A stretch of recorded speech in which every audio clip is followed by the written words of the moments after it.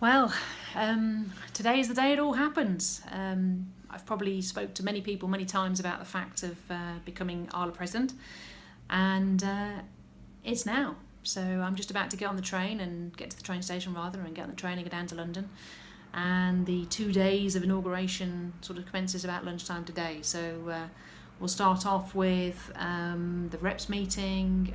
We have an evening out together this evening, and then tomorrow is the board meetings, the AGM where I get inaugurated as president, the speech, the acceptance speech, and on the evening we have the Arla presidential dinner.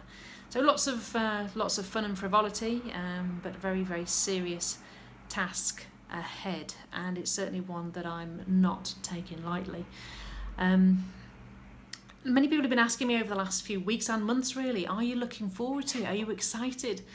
And you know what, if I was, I don't think I would be taking this seriously.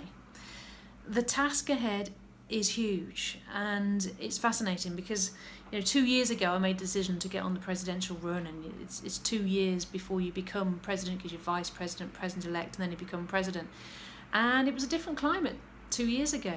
Never would have imagined that the environment would be as it is right now. Because if you think about it, it's tough. We've got an environment that is massively legislative driven. 150 pieces of legislation we have to adhere to just to do our job properly. That's frightening. And not only that, we've got our end user, our landlords, our clients, about to lose a rather large portion of their income if they've got a mortgage on their property. We've also got a situation where our members, our 9,000 members, our letting agents, are about to lose anything up to 25-30% of their income because of the tenant fee ban. At the same time, we've got increasing layers of legislation coming continuously. We've got Rent Smart Wales, we've got all the changing legislation in Scotland that's going on. In England, not only we have the smoke alarms and carbon monoxide detector acts, we've got the housing bill coming through now, which is going to bring increased layers of legislation in regards to electrical certificates and banning orders and all sorts of things. And we've got data protection changes coming this year as well. All these things have to be adhered to, which means we have to learn them, we have to embed them into our processes and systems, and we have to train our staff, and we have to make sure they do them. And if we don't, we run the risk of fines, penalties, and in some case even jail. And yet we're supposed to do this with an increasing turnover income and chance to make money. So it's an interesting environment. And it's not something that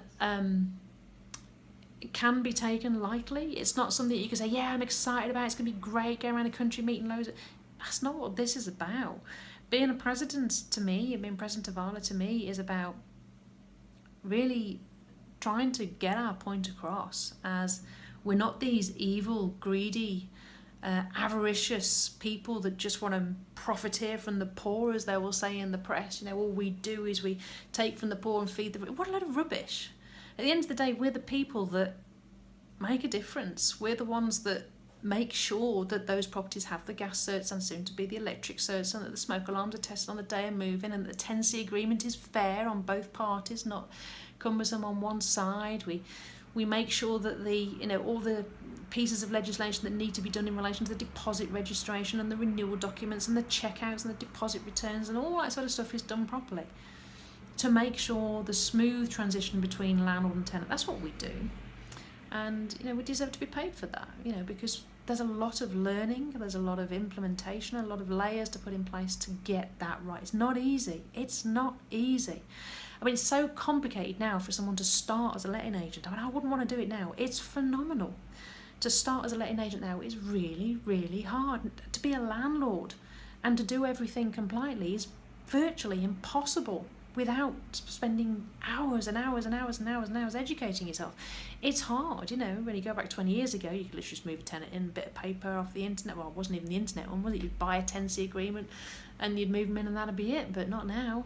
Not now. And the risks, if we get it wrong as landlords or letting agents, are, as I say, fines, penalties, and in some cases even jail now. So this is a phenomenal task, and I wouldn't say I'm looking forward to it. I wouldn't say I'm excited about it. What I am looking forward to is the challenge, and I'm looking forward to being able to be someone that hopefully can get our voice out there, get our opinions out there, and really get our side across, because we're not what the public is portraying us as. And I know I'm probably going to get shot down for this video, and I'm probably going to get lambasted and all sorts of comments about greedy, avaricious bastards and all the rest. Whatever, bring it on. But you know, at the end of the day, I know I've spent 27 years in this industry learning how to do it right. I spend hundreds of thousands of pounds every year on training my staff, on implementing the procedures that the government has laid on us to implement to make sure that our landlords are safe and our tenants are protected. And I'm just one letting agent. How much does this industry spend on staying safe, compliant and keeping everybody safe? I mean, it's just one of those things that it's, you know, when I read press and it says all you do is photocopy a bit of paper, it's ridiculous, really. Photocopy a bit of paper. That's not what we do at all.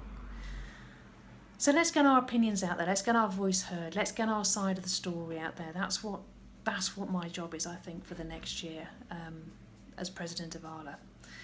What I'm intending on doing is doing a video blog, and this is the first one. So I don't think anyone's ever done it before, but there's a bit of a mystery around what is it like being president of Arla, or president of anything, to be fair.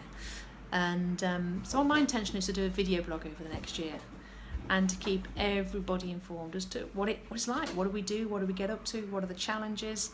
And so that you can come on this journey with me and see what it's like. And you never know, if you're in the lettings world, maybe you'd like to be president of Arla at some point in the future. It certainly is an opportunity to travel the country, learn about the wider lettings industry, but there's a lot of challenges in it too, and there's going to be some highs and there's going to be some lows, and I'm going to share them all with you. It's not going to be all glossy and snazzy and this is how sexy it is.